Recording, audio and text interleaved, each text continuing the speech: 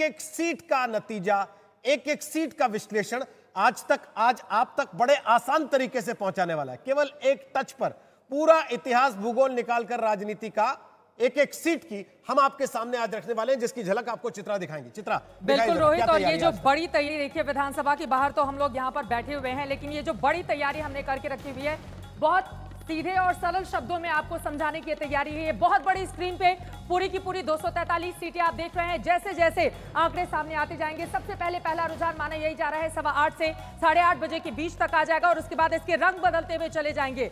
रंगों के लिहाज से आप ये जान पाएंगे कि 243 सीटें, अगर 2015 की बात करें जेडीयू आरजेडी ने साथ मिलकर चुनाव लड़ा था, 80 सीटों पर आरजेडी ने जीत हासिल की थी, 71 पर जेडीयू को जीत मिली थी, 53 पर भारतीय जनता पार्टी, 2 सीटों पर एलजेपी को जीत मिली थी, जबकि गठबंधन का हिस्सा थी कांग्रेस पार्टी 40 सीटों पर लड़ी थी, 27 सीटों पर उसे जीत मिली थी। लेकिन इस बार तो स्थिति पूरी तरह से बदल गई है। इस बार यहां पर इन 243 सीटों पर क्या रहेंगे आंकड़े, क्या रहेंगे नतीजे, ये अभी आप बहुत तेजी से मूव करते हुए कुछ नाम आप देख रहे हैं, जिसमें से कड़वा आप देख सकते हैं, ठाकुरगंज से देख सकते हैं, अलीनगर देख सकते हैं, हथुआ, चिरैया। आपको बता दें कि जैसे जैसे आंकड़े सामने आते जाएंगे, वैसे वैसे इस बड़ी सी स्क्रीन में ये जो अलग अलग विधानसभा सीटें जो नाम के साथ हमने यहाँ पर देकर रखी हैं, वो बदलते हुए चले जाएंगे और रंगों के लिहाज से आपको सब कुछ समझ में आ जाएगा।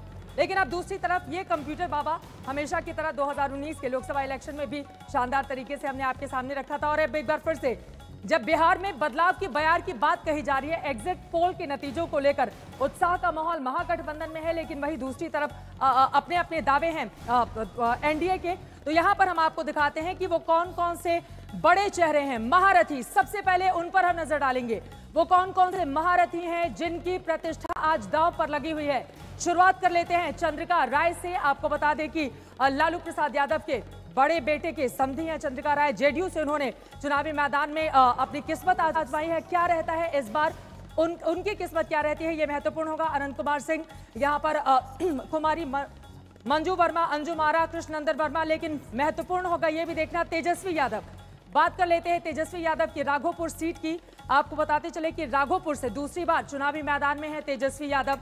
महागठबंधन के सीएम उम्मीदवार हैं। 2015 में पहला चुनाव लड़ा था, 26 साल की उम्र में जीत कर आए, अब 31 साल के हो गए हैं, और माना जा रहा है कि अगर एग्जिट पोल के नतीजे सही साबित होते हुए, जैसा कि आज तक में भी दिखाया था, तो 31 साल की उम्र में किसी भी राज्य के सबसे कम उम्र के मुख्यमंत्री होने का रिकॉर्ड तेजस्वी यादव बनाएंगे अपने नाम। लेकिन क्या ऐसा होगा, इसके लिए थोड़ा सा इंतजार हमें करना होगा। तेजस्वी यादव मुख्य मुकाबले में कौन कौन उनके सामने है? सतीश कुमार यादव।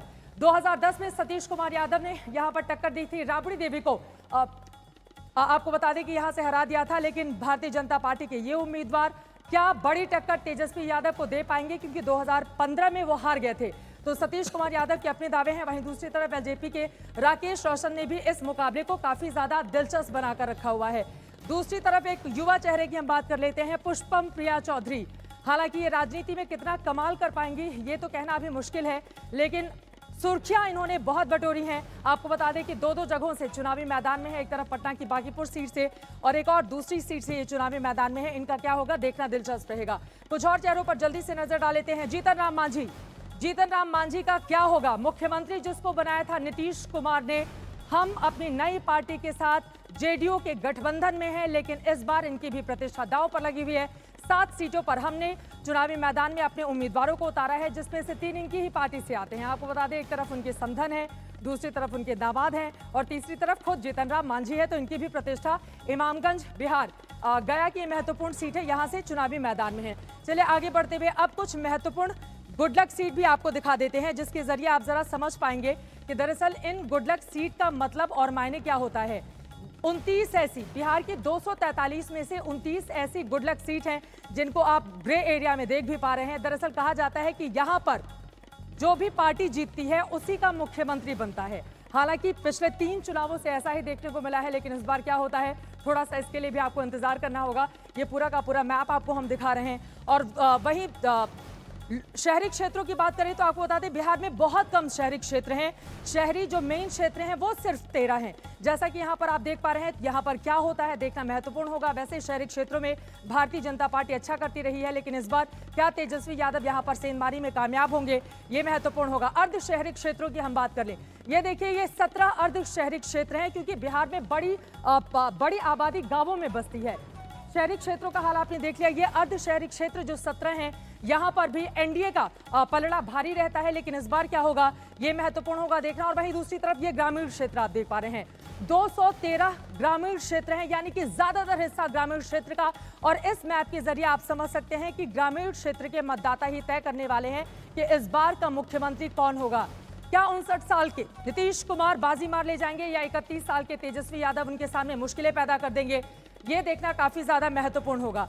आगे बढ़ते हुए अब जरा चिराग काट की भी हम बात कर लेते हैं। चिराग पासवान ने अपनी पार्टी के उम्मीदवारों को खासतौर से उन जगहों पर उतारा है जहां पर जेडीयू के उम्मीदवार ज्यादा मजबूत स्थिति में हैं, और माना जा रहा है कि चिराग पासवान के चिराग की वजह से सबसे ज्यादा नुकसान इस तीर को ही लगने वाला है, जो कि चुनाव चिन्ह है जेडीयू का।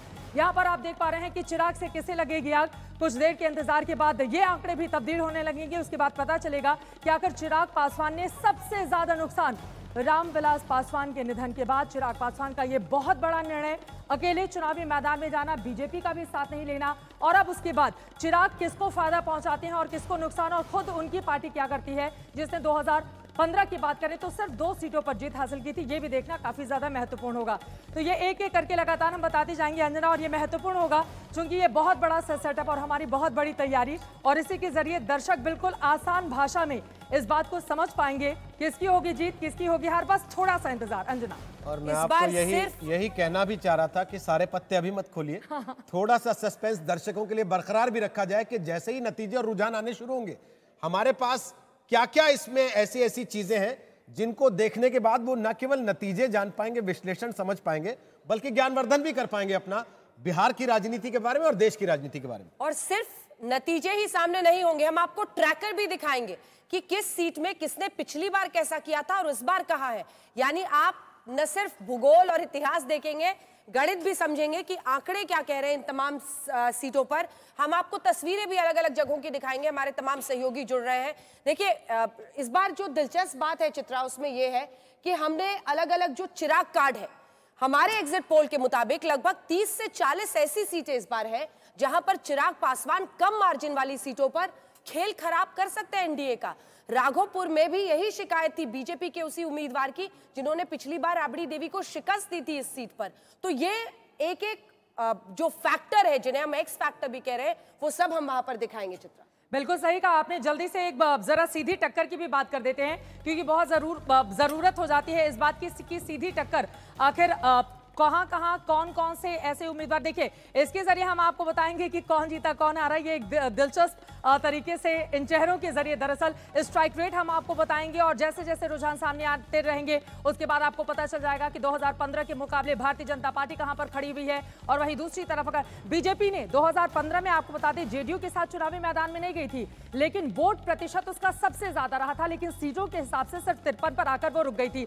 लेकिन इस बार बीजेपी क्या कमाल कर ले जाएगी, जैसा कि संजय जायसवाल जो कि बीजेपी प्रदेश अध्यक्ष हैं बिहार के, उनकी ओर से दावा किया जा रहा है कि हम ही सरकार बनाने जा रहे हैं। सुबह सुबह बिल्कुल अच्छे मूड में वो सामने आते हैं। तो यहाँ पर इस कुर्सी की खींचतान लगातार जारी है। अब ये कुर्सी उधर जाती है या फिर इधर जाती है अंजना, ये देखना बेहद दिलचस्प होगा, और सारी की सारी लड़ाई इसी कुर्सी की है।